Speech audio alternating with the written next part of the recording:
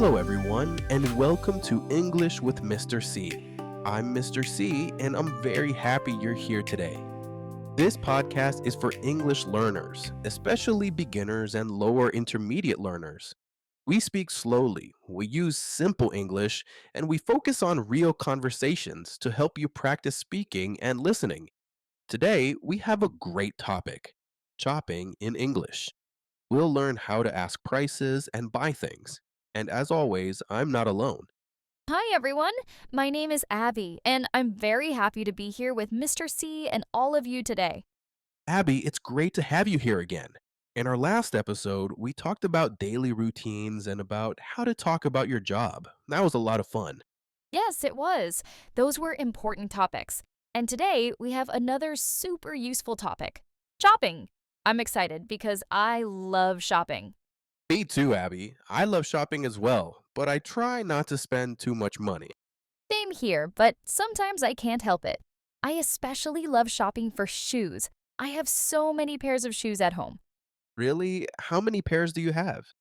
Oh, maybe around 30 pairs of shoes. It's a lot, I know. I have more shoes than I need. Wow, that's a lot of shoes. You really do love shopping. I do. But of course, I also shop for things like clothes, groceries, and gifts, not just shoes. That's true. Shopping is something we all do, whether it's for food, clothes, or other things. So, learning shopping phrases is very useful for everyday life. Absolutely. When you know what to say in a store or market, you feel more confident. You can ask for what you need and understand the answers. It makes shopping in English much easier and more fun. That's right. So, everyone, in this episode, we'll practice common shopping phrases and conversations. We'll do it slowly and clearly. Don't worry, just relax and listen. And of course, you can practice speaking with us. We'll give you a chance to repeat phrases and even do a role play together. So, let's get started. Great, let's begin. Imagine you walk into a store. A salesperson or store clerk might come to you and ask, "Can I help you?" Or, "Do you need any help?" This is very common when you enter a shop. Now, how can we reply? Good question. If I'm just looking around and I don't need help yet, I usually say, I'm just looking, thanks. Exactly. You can reply slowly, "I'm just looking, thank you." This tells the store clerk that you don't need help right now. You're just browsing. I'm just looking is a polite way to say, I'm okay, I don't need any help. You can also say, I'm just browsing, which means the same thing, but I'm just looking is very common and easy to remember. Right. Usually, the salesperson will understand and leave you alone after you say this. They might say something like, "All right, let me know if you need any help." That means you can ask them later if you need something, and then they'll let you shop peacefully. Yes, so I'm just looking, thanks is a very useful phrase for shoppers. Let's practice saying that. Everyone, repeat after me. "I'm just looking, thanks." Good. One more time, a little slower. "I'm just looking, thank you." Great job. Nice. Now, what if you do need help? Maybe you know what you want to buy. In that case, you wouldn't say, I'm just looking. Exactly. If you need help finding something, you can say, "Yes, I'm looking for," and then say the item you want. For example, "I'm looking for a shirt," or "I'm looking for shoes." I like that phrase a lot. I'm looking for. It clearly tells the salesperson what you want. Let's try a little role play using that phrase. I'll be the store clerk, and Abby, you be the customer who needs something. Ready? Ready. "Hello, can I help you find anything?" Yes, please. I'm looking for a pair of sneakers. "Sure. The sneakers are over here in the shoe section. Please follow me." Thank you. Great. In that role play, Abby said, "I'm looking for a pair of sneakers." She could also say, "I'm looking for sneakers," without the words "a pair." Both ways are fine. And Mr. C, you said, sure, the sneakers are over here in the shoe section. That was the clerk showing where the item is in the store. Right. I guided the customer to the shoes. Now let's practice the phrase "I'm looking for" together. Repeat after me. "I'm looking for a shirt." Good. One more time. I'm looking for a shirt. Excellent. Great. Let's try another example with that phrase. Repeat, I'm looking for shoes. Good. One more time. I'm looking for shoes. Nice work. Fantastic. So remember, when a store employee asks, "Can I help you?" you can say, "I'm just looking. Thanks," if you don't need help. Or if you do need help, say, "Yes, I'm looking for whatever item you want." Perfect. Those two responses will cover most situations when you first walk into a store. Now, let's move on. Imagine you found something you like in the store. For example, you found a shirt or some shoes that you want to buy, but maybe you need a different size or a different color. Oh, yes, that happens a lot. Maybe the shirt is too big or too small, or you love a jacket but you want it in blue instead of red. So, what can we say in that situation? We can ask the salesperson, "Do you have this in?"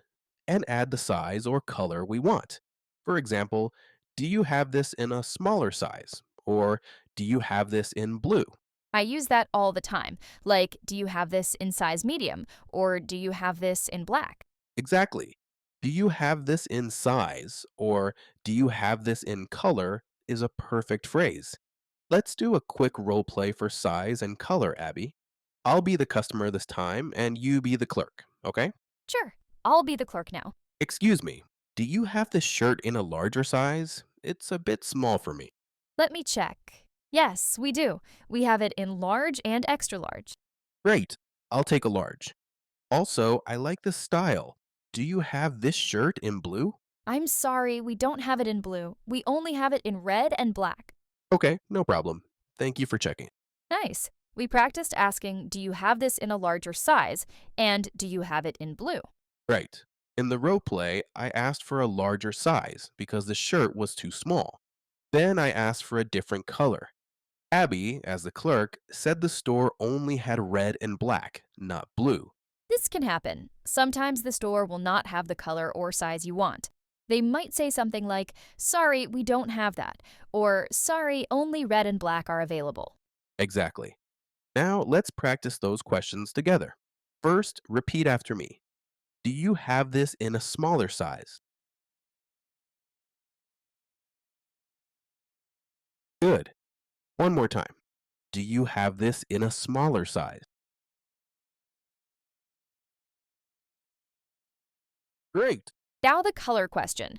Repeat, do you have this in blue? Again, do you have this in blue? Excellent. You can change the word blue to any color you need, of course. For example, do you have this in green? Or do you have it in black? And for sizes, you can use small, medium, large, or number sizes. For example, do you have these shoes in size 8? That's right. Let's try that one too. Repeat after me. Do you have these shoes in size 8? Well done. Awesome. Now, after finding the right item in the right size and color, you probably want to make sure it fits or looks good on you, especially for clothing or shoes. That's a good point. If you're buying clothes or shoes, you might want to try them on to see if they fit well. To do that, you can ask, "Can I try this on?"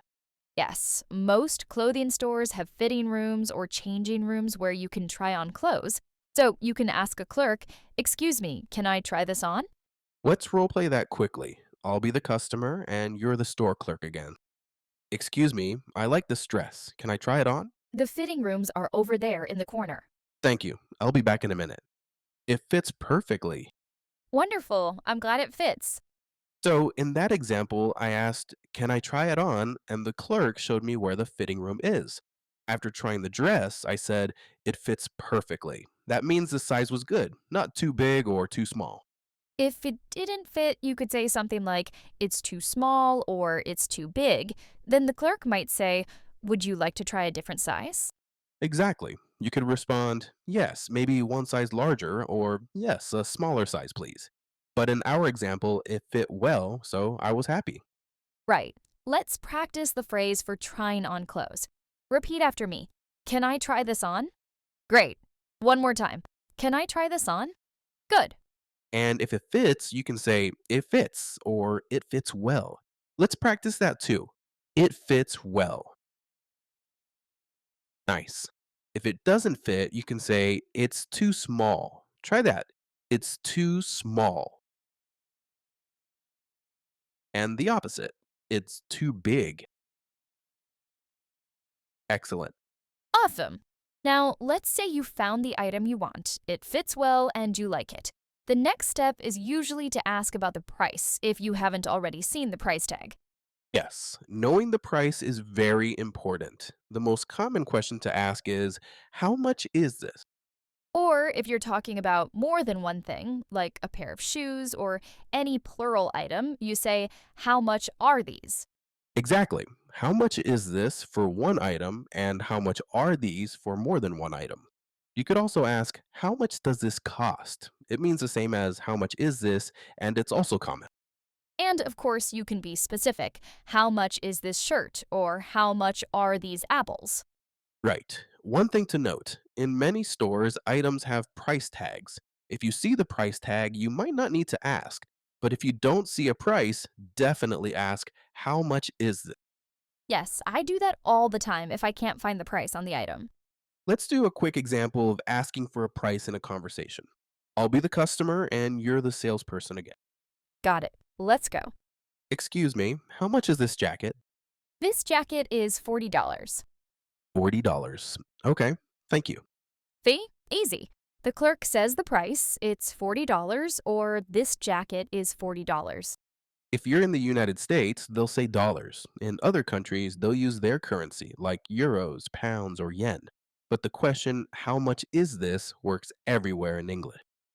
Sometimes stores have sales or discounts. If you're not sure but you see a sale sign, you could ask, is this on sale? That means, is this item cheaper right now than usual? Good point. On sale means the item has a special lower price for a while. For example, maybe it's usually $50, but this week it's on sale for $40. Right, so you can ask, is this on sale or is there a discount on this in those situations? The clerk will tell you if the price is lower or if there's a special deal. Okay, let's practice asking about price now. Repeat after me. How much is this? Great. One more time. How much is this? Excellent. And the plural form. Repeat, how much are these? And again, how much are these? Great. And let's also practice, is this on sale, just in case you need it. Repeat. Is this on sale? Good job. Nice. And remember, if you hear the price and you're not sure you understood, it's okay to ask them to say it again. You can say, I'm sorry, how much did you say? Or could you repeat that, please? That's a great tip. Sometimes numbers can be hard to catch, especially big numbers or if you aren't used to the currency. So don't be shy to ask again politely. Right. Now, after you know the price and you decide to buy the item, you can tell the clerk that you want it. Yes, if you're happy with the price and you want to buy it, you can say something like, great, I'll take it, or okay, I'll buy it. I'll take it is a very common phrase. It means you have decided to buy that item. Sometimes I also say, all right, I'll get it. Both are fine. So imagine the clerk tells you the price and you're okay with it. You can nod and say, okay, I'll take it. Once you say that, the salesperson will probably smile and guide you to the cashier or bring the item to the counter for checkout. Yes, now it's time to pay. At the cash register, the cashier might ask you, will that be cash or card? Or how would you like to pay? If they don't ask, you can tell them your preferred payment method. For example, can I pay by card? Or I'll pay in cash. Do you accept credit cards? Is another way to ask if you can use your credit or debit card. But can I pay by card is a bit simpler and very clear. If a store only accepts cash, they might say something like, "Sorry, we only take cash," or "cash only." That's true. Cash only means you cannot use a card. You must pay with cash. It's good to have some cash with you just in case. Yes, good point. So be prepared in case they don't take cards. Now, if you're paying with cash, usually you just give the money to the cashier. You can say, "Here you go," or "Here is $20" when you hand the money. And then the cashier will give you change if needed and a receipt. Right. A receipt is the paper that shows what you bought and how much you paid. The cashier might say, "Here's your receipt." Finally, the cashier might say something like, "Thank you," or "Have a nice day." And you can respond with, "Thank you, you too," or "Thank you, have a nice day." It's always good to end the conversation politely. A simple "thank you" and a smile works as well. Definitely. All right, let's do a role play of the payment part to put it all together. I'll be the customer and you be the cashier, Mr. C. Okay, let's do it. All right, I love these shoes. I'll take them. Great, let's ring you up. The total is $50. $50. Okay, can I pay by credit card? Sure, please insert your card into the machine, chip side first. Here we go. All right, the payment went through. Here's your card back and here's your receipt. Thank you. Do you need a bag for your shoes? Yes, please. That would be great. No problem. Here you go. Thank you so much. You're welcome. Have a nice day. Thank you. Have a great day. That was a complete shopping conversation, from finding an item all the way to paying and saying goodbye. We covered a lot of useful phrases in that one conversation. But Abby, we've covered how to buy things, but what happens if something goes wrong after you get home? For example, you buy a shirt, but it doesn't fit, or a gift for a friend is the wrong color. That's a great question, Mr. C. It happens all the time. Sometimes a product isn't what you expected. So, learning how to return an item is another very important shopping skill. Exactly. So let's talk about that. The first thing you usually need to return something is your receipt. Yes, the receipt is key. It's the proof that you bought the item at that store. Always try to keep your receipts, at least for a few days after you buy something. Right. So you have the item and the receipt. You go back to the store, usually to the customer service desk.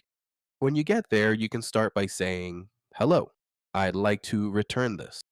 I'd like to return this. Simple and clear. Exactly. The clerk will probably ask, "What's the reason for the return?" Or, "Is there anything wrong with it?" You should have a simple reason ready. What are some common reasons we could give? Good question. If it's clothing, you can say it's the wrong size, or you could say it doesn't fit. If it's an electronic item, you might say it doesn't work. What if you just don't like it anymore? You can say, "I changed my mind." Many stores will accept that as a reason, as long as the item is in good condition. Okay, that makes sense. So after you give the reason, what happens next? What are the options? Usually, there are three options. The first is a refund. A refund means you get your money back. The store will return the money to your credit card or give you cash. A refund, getting your money back. That's usually what people want. Yes. The second option is an exchange. To exchange an item means you swap it for another one. For example, you can exchange a small shirt for a medium one, or you can exchange the blue one for a red one. So you don't get money back, you just get a different item. Exactly. The third option is store credit. Store credit is when the store gives you a card or a voucher with the value of the item. You can't get cash back, but you can use that amount of money to buy something else from the same store later. So refund, exchange, or store credit. It's important to know what those words mean. It is. Let's do a quick role play to see how it works. Abby, you can be the customer returning some shoes, and I'll be the store clerk. Okay, I'm ready. I bought these shoes, but they're not comfortable. Hello, how can I help you today? Hi, I'd like to return these shoes, please. I have my receipt here. Certainly. Is there a problem with them? They're the wrong size. They're a little too small and they hurt my feet. I see. I'm sorry to hear that. Would you like to exchange them for a larger size? We should have the next size up in stock. Actually, I think I'd just prefer a refund. No problem at all. I can process a full refund for you. You paid by credit card, so the money will go back onto your card. It might take a few business days to appear. That's perfect. Thank you so much for your help. You're very welcome. Have a great day. That was a good example of getting a refund. But what if the customer just wanted a different size? Let's try that role play again. But this time, Abby, you're going to ask for an exchange. Great. In that conversation, I explained the reason, and the clerk offered an exchange, but I asked for a refund instead. And that was perfectly fine. It's your choice. Let's practice some of those key phrases for our listeners. Everyone, repeat after me. I'd like to return this. Again, I'd like to return this. Good. Now for the reason. Repeat this one. It's the wrong size. One more time. It's the wrong size. Excellent. And let's practice asking for a refund. Can I have a refund, please?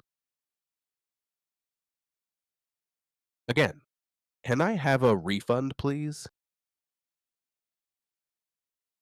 And what if you want to exchange? You can say, can I exchange this for a different size? Let's repeat that. Can I exchange this for a different size?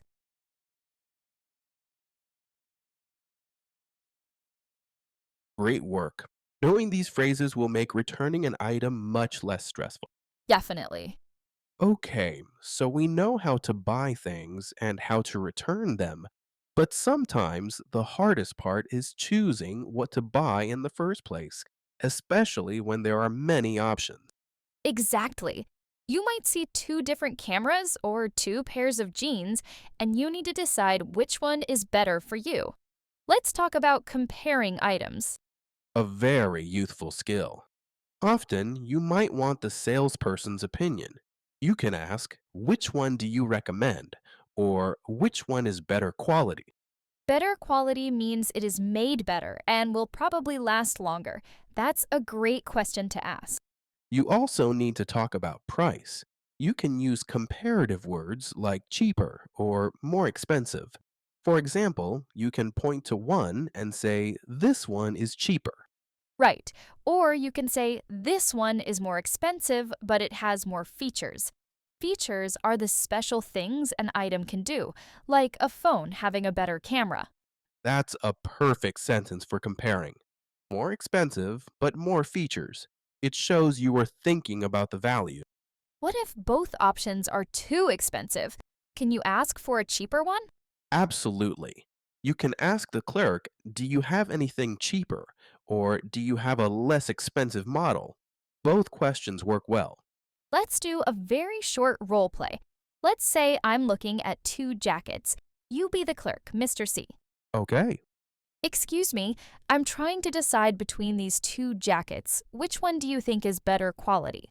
Well, the black one is made from a stronger material, so it will last longer. It is more durable. I see. It's also more expensive. Do you have anything similar but a little cheaper? Yes, we have this blue jacket over here. The quality is still good, but the price is lower.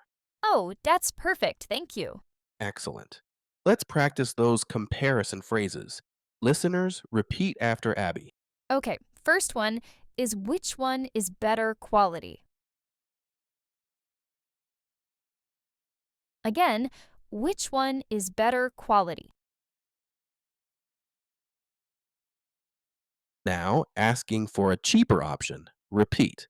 Do you have anything cheaper? One more time. Do you have anything cheaper? Great job! These phrases help you make better decisions when you shop. They do. You know, Abby, one of the most common types of shopping we all do is for food. Let's talk a little about grocery shopping. Oh, that's a fantastic idea. Going to the supermarket is a weekly activity for many people, and it has its own special vocabulary. It does. First, let's talk about the different sections of a grocery store. You have the produce section. That's where you find fresh fruits and vegetables. Produce, right. And then there's the dairy aisle for things like milk, cheese, and yogurt. Correct. You also have the meat counter or butcher for fresh meat and the deli counter for sliced meats and cheeses. And don't forget the frozen food section for ice cream and frozen pizza. There's usually also a bakery for fresh bread and cakes. So if you can't find something, you can ask an employee, "Excuse me, where can I find the dairy aisle?" That's a very helpful question. Now, when you go to the deli or butcher counter, you need to ask for specific quantities. Yes, in the US, we often use pounds. You might say, "Can I have 1 pound of ground beef, please?" Or, "I'd like half a pound of turkey." Right. In many other countries, they use grams or kilograms, so you would say, "Can I have 500 grams of cheese, please?" It's good to know the local measurement. Another useful quantity word is dozen. A dozen means 12. We often buy eggs by the dozen. "A dozen eggs, please." Or for bread, you might ask for a loaf of bread. Let's do a role play at a deli counter. I'll be the customer. Abby, you're the deli clip. Okay, who's next? "Hello, can I get half a pound of sliced ham, please?" Sure, half a pound of ham. Would you like it sliced thin or thick? "Ben, please." Okay, here you go. Anything else for you today? "Oh, that's all. Thank you." Perfect. Asking thin or thick is a very common question at the deli. Let's practice that main phrase. Everyone, repeat after me. Can I get half a pound of ham? Again, can I get half a pound of ham? Great. And remember, you can change ham to whatever you need, like cheese or turkey. This is all so useful. But, Mr. C, in today's world, we can't forget about online shopping. So many people buy things on the internet now. That's so true. It's very convenient, but it has its own set of English words that beginners need to know. There's no person to talk to, so you have to understand the website. Exactly. Let's go through the steps. First, you find a product you like, then you click the button that says Add to Cart or Add to Basket. Right. Your cart or basket is the virtual place where you keep items before you buy them. When you are ready to pay, you click on Check Out. Checkout is the process of paying. During checkout, you will need to enter your shipping address. That's the address where you want them to send your items. You'll also need to enter your payment information, like your credit card number. After you pay, you usually get a confirmation email. A confirmation. Yes, an email confirming that you placed the order. Later, when the store sends your package, they will often send you a tracking number. The tracking number. It's so useful. You can use that number on the delivery company's website to see where your package is and when it will arrive. Exactly. So the key online shopping words are add to cart, checkout, shipping address, and tracking number. Knowing those terms makes online shopping in English much easier. Wow, Abby, we have covered so much today. From walking into a store to buying groceries, comparing items, returning things, and even shopping online. We really have. It's been a complete guide to shopping. Let's do a quick review for our listeners of everything we learned. Great idea. First, we learned how to respond when a clerk asks, "Can I help you?" You can say, "I'm just looking, thanks," or "Yes, I'm looking for a shirt." We learned to ask for a different size or color with, "Do you have this in medium?" or "Do you have this in blue?" We practiced asking, "Can I try this on?" before buying clothes, and how to ask the price with, "How much is this?" Then we covered what to do when something isn't right. We learned how to say, "I'd like to return this," and important words like refund, exchange, and store credit. We also talked about comparing items using phrases like, "Which one is better quality?" or "Do you have anything cheaper?" to make good choices. Then we went to the grocery store. We learned vocabulary for aisles like produce and dairy, and how to ask for quantities like a pound of or a dozen of. And finally, we covered the basics of online shopping, explaining terms like add to cart, checkout, and tracking number. Wow, that really is a lot of useful English, and you did it step by step with us. I hope all our listeners feel much more confident now about using English for any kind of shopping. We really hope you enjoyed this practice. Remember, you can listen to this podcast again and repeat the conversations to improve your speaking and listening skills.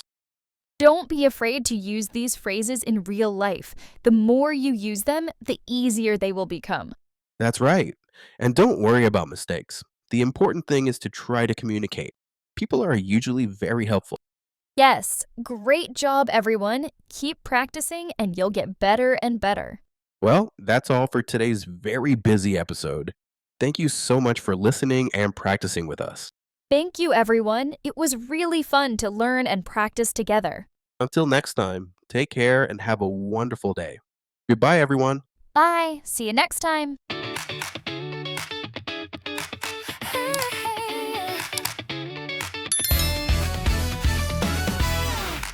Let's learn together. Oh yeah.